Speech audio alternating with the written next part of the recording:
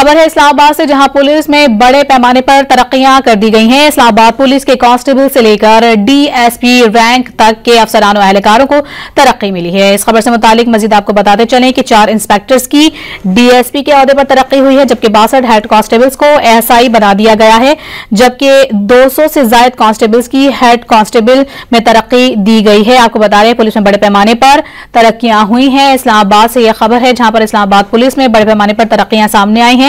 Constable से लेकर DSP तक तरक्कियां ये मिली हैं। 4 इंस्पेक्टर्स की डीएसपी के ओहदे पर तरक्की हुई है, जबकि 62 हेड कांस्टेबल्स को एएसआई बनाया गया है और 200 से ज्यादा कांस्टेबल्स की हेड कांस्टेबल में तरक्की कर दी गई है। आपको बताते चलें कि इस्लामाबाद पुलिस में बड़े पैमाने पर तरक्कियों से मुतालिक इस खबर से मुतालिक आपको बताएं कि 4 इंस्पेक्टर्स को डीएसपी के ओहदे पर तरक्की दी गई है, 62 हेड कांस्टेबल्स को एएसआई के ओहदे पर तरक्की मिली है, जबकि 200 से ज्यादा कांस्टेबल्स को हेड कांस्टेबल्स के ओहदे पर तरक्की दे दी गई है। आपको बताते चलें कि इस्लामाबाद पुलिस में बड़े पैमाने पर ये तरक्कियां हुई हैं।